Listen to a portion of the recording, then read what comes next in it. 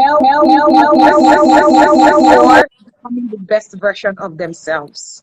So I'm just giving generally to say, by the time we peel people's purpose statements, it usually comes around those themes. So those are the soft skills that are so critical. Some of the hard skills, we are in the era of technology. And let me break down technology to you because there's so many buzzwords right now, artificial intelligence. I like to keep things simple.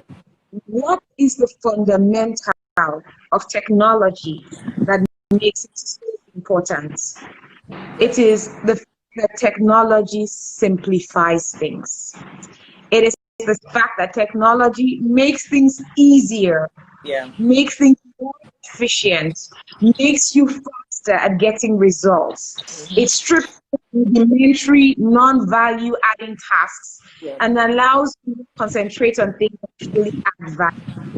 So, irrespective of the buzzword we call it, the skill of the future is one that is able to cut through clutter very sharply to get to the heart of the matter.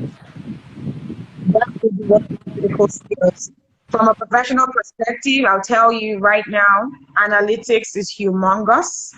Big data, your Data. ability to translate, to connect to take everything that is happening and make inference out of it. And not just any inferences, reliable inferences. Yeah. So those are just a few things. I'm going to take a pause now. Interject, but I'm happy to share more. Okay, thank you so much. For those just joining, welcome, welcome again. We're talking about how to excel now and beyond tomorrow. Things are changing rapidly. So if you have any questions, just drop your questions. There's a box with a question mark. Drop your questions there. Feel free. We're talking with the HR specialist herself, and she's going to explain to us a lot of things that we need to know. So let's really go back. I once read a journal and it says, like, yes, there are some hard skills and soft skills you might need. However, there are some skills that can never be replaced with the ongoing craze with machines, with the way things are going. I also have experiences with data analytics. I mean, data is king, like they say. Anybody that can interpret data, even they say an average market woman or an average pepper seller on the streets or an average booker woman understands the implication of data because she knows when to give credits, when not to give credits, when to sell at a discount, when not to sell at a discount, when she doesn't need to go to the market, when she needs to go to market, because over time she has understood the situations and the scenarios around her. So a little thing about data is, something about making sense of what is around you. I think that is very critical, like what you have said, be very flexible. But on the other hand, someone might say, oh, I'm not very fortunate, I'm not so educated, how can I stand out? Story have it that the so-called big guys, the big gurus, made so much money without probably going to a university. But there are a couple of things they did. So if we look at it on the layman's language, what are some of the critical skills we see now and beyond that really can never be replaced by machines? We talked about the soft skills. I mean, aside from the soft skills, some basic fundamental skills. I was looking at some write-ups and, some things were like, do people even know what their emotional quotient is? You said about your purpose. Yes, I understand my purpose. My purpose is my driver. My purpose gives me going. If I identify for myself, I like this particular passion or I like this particular trade, I need to have the passion deep within me such that when it gets so rough, I don't feel well, I don't feel so tired, I don't feel demoralized and I quit because it's never an easy road really out there. But what are some of some skills that we know can never be replaced by machines? What are the couple of things we can, from what you have seen so far, that an average person can walk around that, and an average mother and an average father can look at themselves and look at their children and develop them in that, around those skills? What are some of the skills you feel, can never, ever, ever go away? So, Laura, that's a very interesting one. Thank you very much. Honestly speaking, I'm going to be a bit provocative. There was a time when we said oh, things like creativity, for example, not be replaced by machines. The reality is that now, with artificial intelligence, we are seeing that unfortunately, even creativity can be accepted. Machines are able, and it's not content creation, I've already let it out. But machines are able to create information at such a speed that you cannot, and present it back to you in an intelligent form. Yeah. And that is what I'm teaching to interact, to have open conversations with you, to be witty, to be able to give advice. You have machines that can become lawyers now and advise you on the law, probably even better than a lawyer, to type a database and present. You have machines that are now able to diagnose ailments. So the reality is that more and more we're finding that a number of things that we could be the preserve of us humans, machines can do. Yeah. So what it's not do? Yeah. I think the one still linked to purpose is your authenticity. There is a personal individuality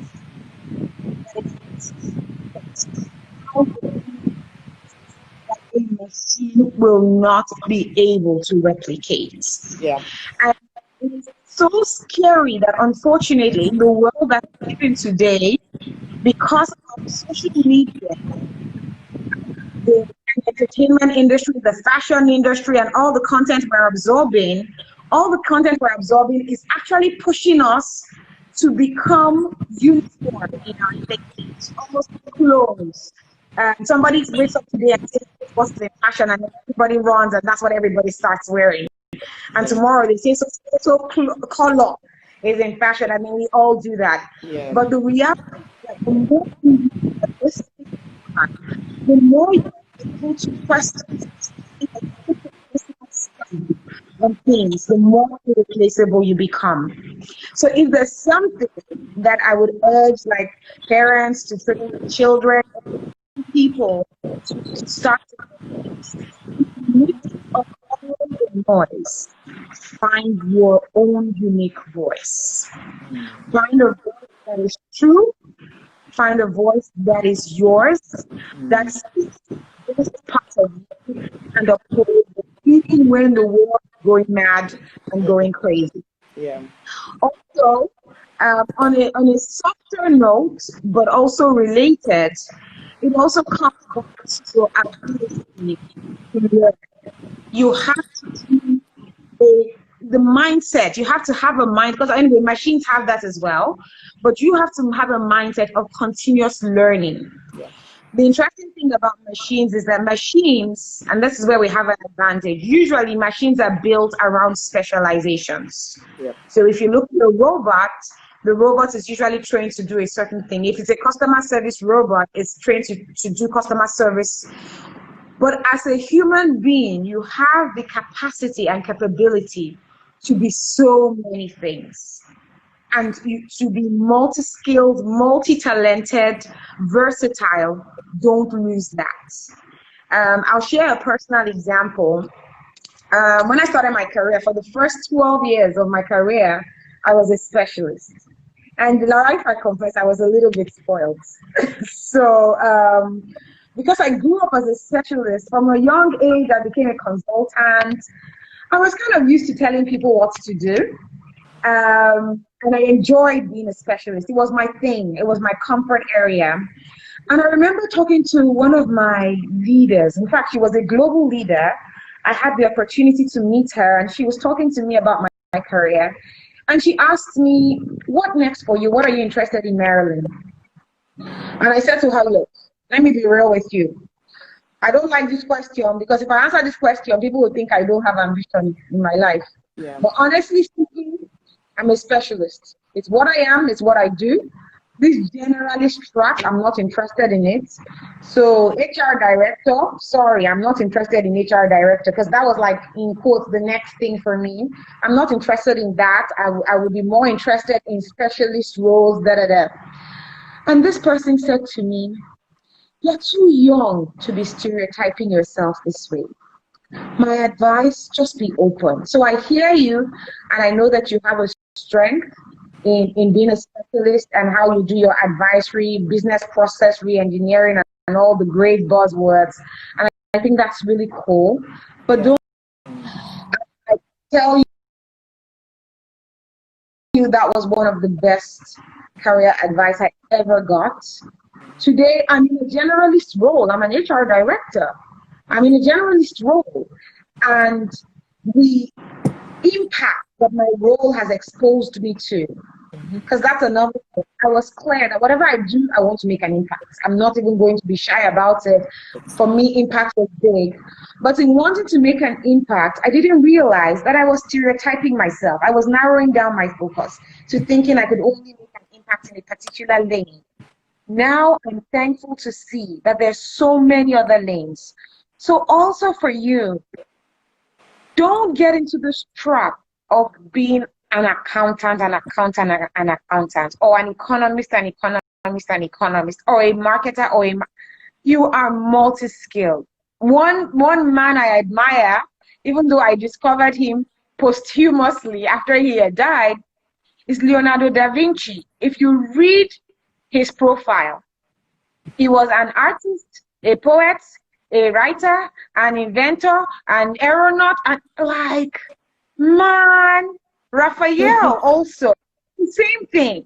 Yeah. These people don't have kids. So especially in the COVID era, you know, one of the things that you can do for yourself is don't box yourself into a corner. If you try one way, it doesn't work for you, don't be afraid to try another way. You know, they say the best time to plant a tree is 20 years ago. Yeah. The second best time is now. So if you missed the opportunity 20 years ago, it's okay. It's okay. You get back on the horse and you pick up, you dust yourself off, and you start all over again. That's good. So I guess the people asking and wondering what jobs can never be replaced with AI, I guess the answer is you need to diversify your skills as much as possible to get ahead of the curve, right? So we get that now. So someone says right here is, you know, for professional people that are building professional careers, what do you advise in terms of professional courses that can be, that they need to, you know, they need to jump onto in the light of these realities right now so that they can be what we call hot cake in the markets? What do you advise to make themselves hot cake in today's markets? Okay, so I'll speak selfishly. What is hot cake for me?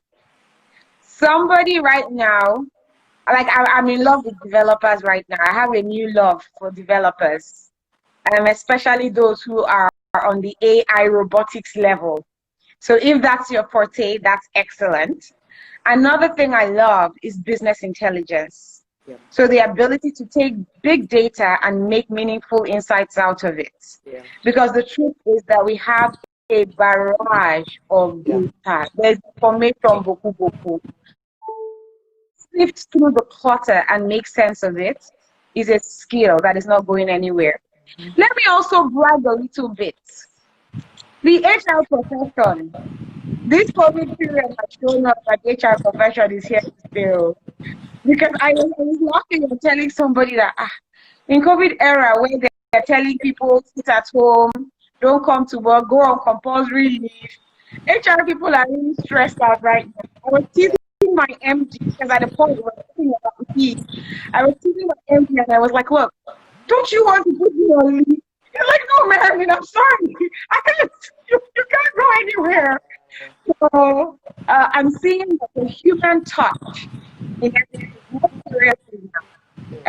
It's the human touch. the people perspective. A number of people use emotional intelligence. Um, I am a little bit careful about how I define AI and EQ and all of that. I think it's really critical, but sometimes I think there's too much Emphasis. not emphasis. There's a cloud around it that makes it sound more complicated than it is. So if we were going to break it down, it is your ability to first of all be self-aware, Yeah, self-awareness. know yourself. And then secondly, it is your ability to be considerate. So as you fight for your share of voice or for your space in the world, you recognize and respect other people's right to their share of voice and their share of space in the world. Yeah. So I'm careful not to use the big word because then people struggle a bit with it. But it's now the skill set of being able to be conscious, Yeah. of being able to be mindful of your environment, of your impact on others, and the ability to keep on course correcting. Yeah. So often you have some people, they will not say, what did I do? True. Whereas you have some people who have the ability that as they're talking, they're able to listen to themselves. They're able to watch your reaction, how they're making you feel, and in the spots, they're able to correct that. Yeah. They're able to modify their behavior to be more respectful and tolerant. So it's those type of and then as a personal one, my mind works really fast, and I love imagery. So personally, I have a thing for artists, whichever form of art you apply yourself to, whether it's graphic design. So the creative art of being able to present something back in a way that is vibrant, interactive, colorful, engaging, whichever form it takes. I'm usually personally a lover of that. And I think that the arts are here to stay. If I look at some of the skits that have come out, some of the jokes, some of the humor, some of the messages that have come out in this period, it's part of what has kept us going. So I think there's a space also in the future for the arts, but an intelligent form of the arts. Yeah. It's more like creativity, ability to make something out of nothing and make people entertained. We get Excellent. Yeah. Situation awareness and self-awareness. So for those looking to how they can move themselves forward, you have to be aware about yourself and the situation you find yourself. A little bit of more empathy, currently with what you do. Okay, so now someone says, what do you think I think we've even crashed that on. What are the expectations for the current people at work right now, or new recruits with the advent of COVID-19? I think it's not too far away. You should be able to understand and interpret data. What do you think? So I'm going to add to that, and I'll take it from another angle. Right now, maybe beyond data, the mindset is a mindset of actually wanting to add value. Yeah. The unfortunate thing is that many people in the workplace, the mindset is more around wanting to take value, wanting to receive. Yeah. And for those who are going to excel, it is the mindset of actually wanting to give value. I'll tell you something I struggled with in this period, and just to share. So as a leader, there's a huge responsibility to ensure that at such a tough time, we're able to protect jobs, we're able to protect people's income. And just, this is not the best time for people to be living in certainty. But then you find that often the employee perspective is just, oh, I want my job to be safe. It's not always, what can I do to protect and preserve this business. And so often the sacrifice seems to be on just the part, or the expectation of the sacrifice often is on the part of the employer, that you have to just manage somehow and keep paying our salaries and keep, but the employee is not saying, oh, are there sacrifices I too may need to make? And so as a leader, it was very refreshing. I had a colleague who wrote and said, you know, myself and my team, we've discussed, and we're thinking in order to support the business, we would salary, please deduct this amount as a, I can't tell you, Lara, how deeply moved I was by that level of thoughtfulness, because it's not common in the average employee. So for those of you who are asking, one of the things that I will add is, what is your value-giving mindset? What is your mindset to be able and willing to go over and beyond what is being asked of you, to be able to take your company, whether it's your father's company or not, to that next level? In my company, we call it the owner's mindset, whereby you act as if the company were your own personal property. And especially now more than ever, we want employees with an owner's mindset. People who on their own are saying, guys, we can't be spending on XYZ. Without the company even pushing you, you're like, no. At a time like this, I'm sorry, we can't spend on this. It just doesn't make sense. That is what is critical as one of the skills for employees right now. Yeah.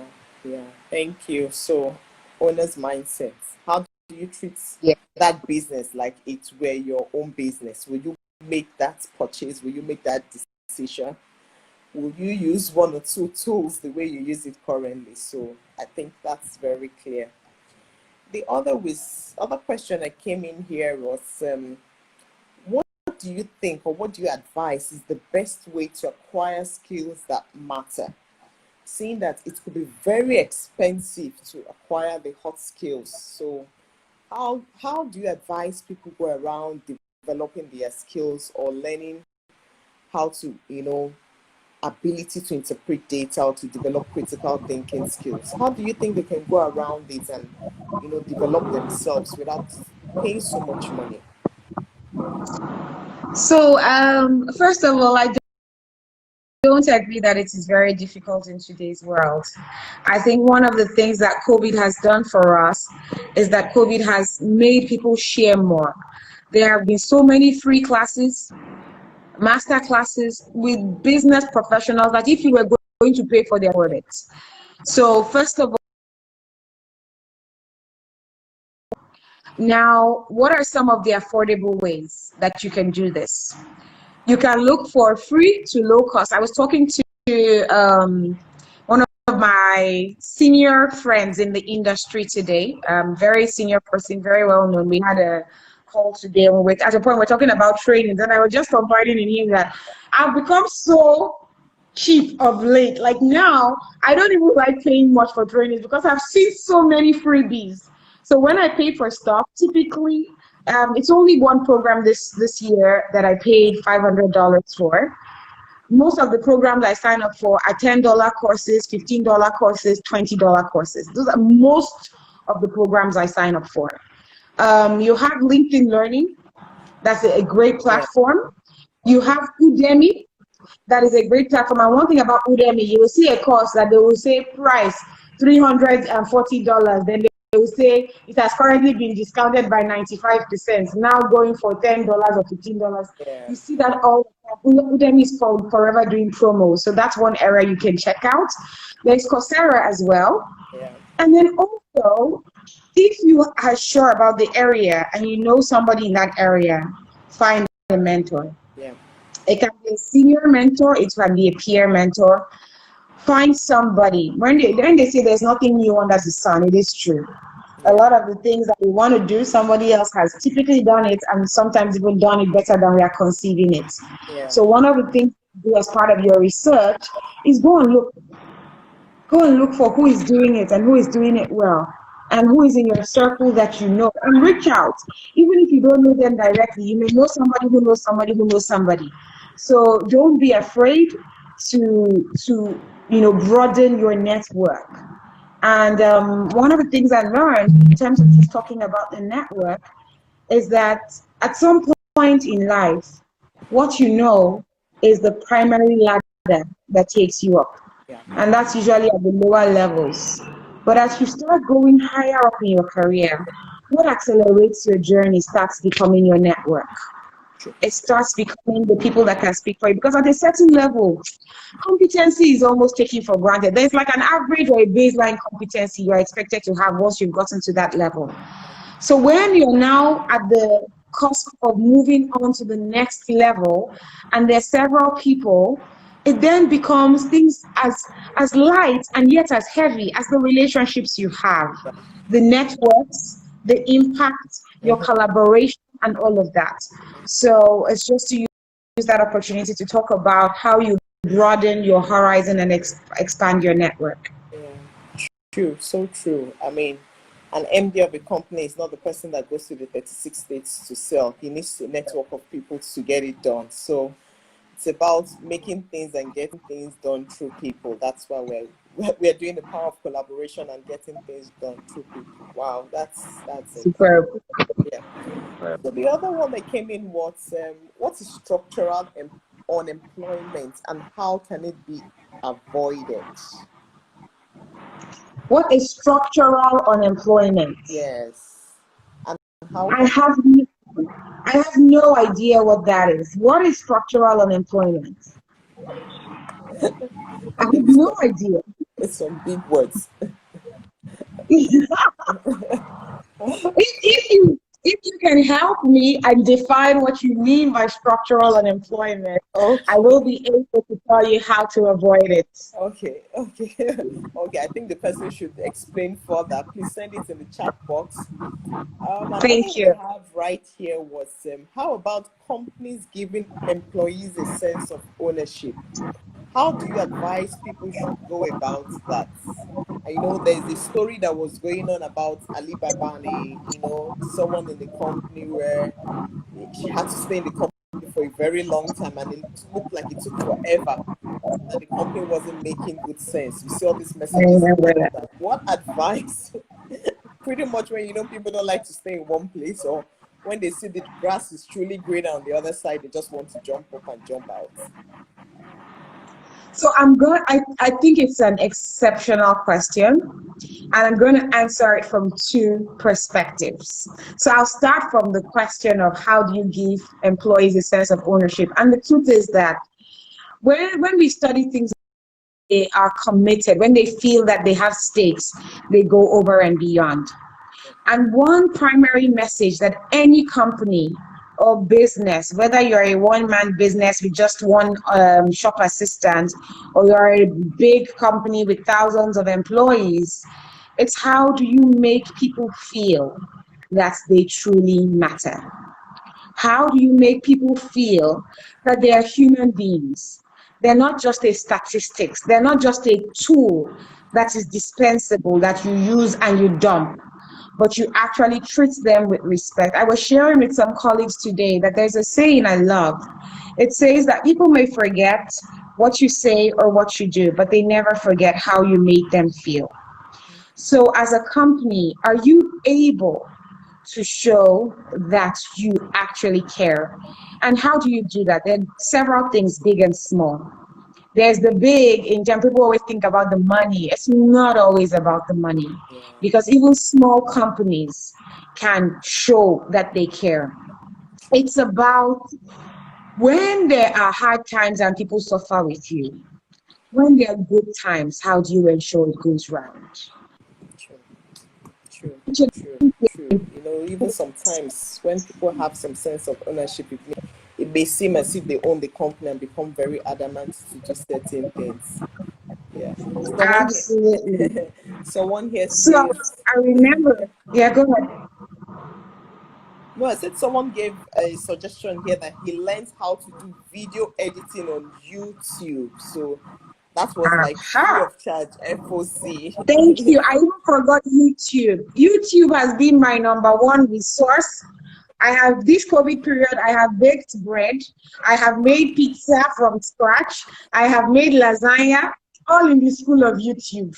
So you're so right. You're so right. I was Okay. going to share that the flip of it also is how do you show a sense of ownership, even without waiting? Let me tell you what I mean by that. I have a strength and a weakness. I am painfully loyal.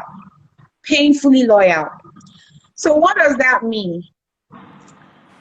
When I was in MTN, all my loved ones, you had to be using an MTN line.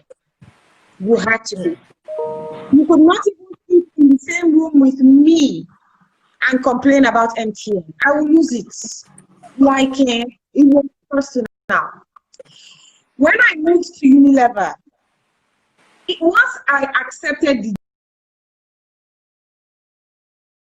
job, even before I moved, all our products, I started changing all our products. I started going into supermarkets and turning the back of products to find which are the ones that Unilever makes, Yeah. both the global and the local. I Yeah. changed down to soap that you can't even bring another product.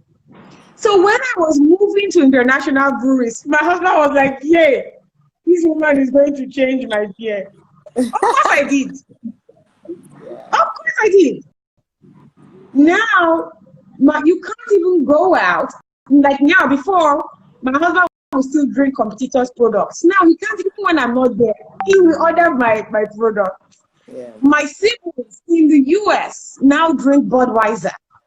So, without anybody telling me, I just feel personally that if I'm working for a company, even if you are paying me 1 naira, so long as I accept that 1 naira as exchange for value, Yeah. I will be loyal. And I will carry you on my head as if you are paying me 1 million naira. And I will say that for me personally, that philosophy has worked for me because I have moved up from the days when I used to earn 1 naira. Yeah. And and the interesting thing is that even after I leave a company, I still feel a sense of loyalty to that company. Yeah. I never move on and totally turn my back. And don't get me wrong, it's not that I haven't had tough experiences in my career life. I haven't gotten this far not to have had my own scars and bruises. But at the end of the day, first of all, I'm an eternal optimist. I always stay optimistic. But then I also appreciate the fact that for a portion in my life, no matter how small, somebody, or in this case, a company, was responsible for my livelihood and my survival. And for that, I am always thankful. So there's a mindset of gratitude and also having a balanced view, which should not take away from the employer's responsibility Yeah. of also treating their employees with respect. Look at something like safety, for instance. You work in a company where you are exposed. I went to a supermarket, since then I haven't gone there again. I went to a supermarket during this era. The security men at the doorpost did not have masks. They did not have hand sanitizer. And I just felt, how can you treat your employees this way? How can you expose them this way? It's not fair. This is in a period where people are locked down. Because of the nature of your business, you are open. But the minimum, you owe responsibility to protect your people. Yeah. So it's not to say it's always perfect, but it's that mindset of always saying, what is my duty? What is my responsibility towards my people? How can I show that I care, I respect, and I don't take for granted the duty that they perform? How will employers still be willing to have workers around if there are non-human alternatives considering AIs right now? So, considering So AIs, no maintenance fee and zero pay. I'm not sure so AI is completely zero maintenance and zero pay. AI is definitely not zero pay. So I'll tell you a few things. The initial investment in AI is usually huge, especially in these days. So on its own, that is often a deterrent.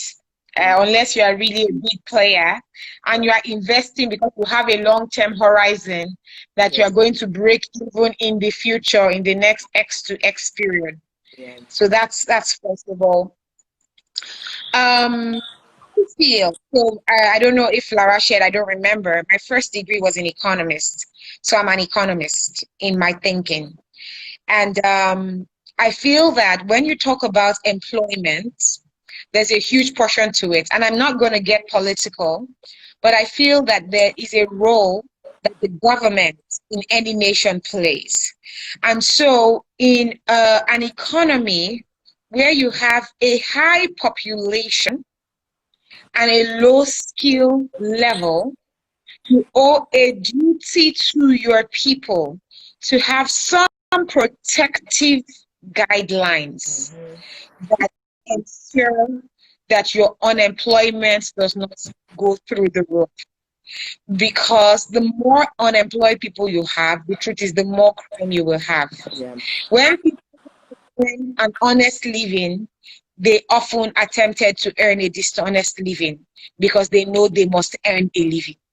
So I would say that first and foremost, there is a regulatory aspect to how AI is introduced to ensure that you can still protect jobs, especially where you have low skills. Now, having spoken about that, let me talk to you as an individual. You cannot be waiting for government to protect your jobs. Understand that a lot of skills as we have it today are going to become obsolete. So how do you ensure that you stay at the head of the curve and always keep building yourself so that you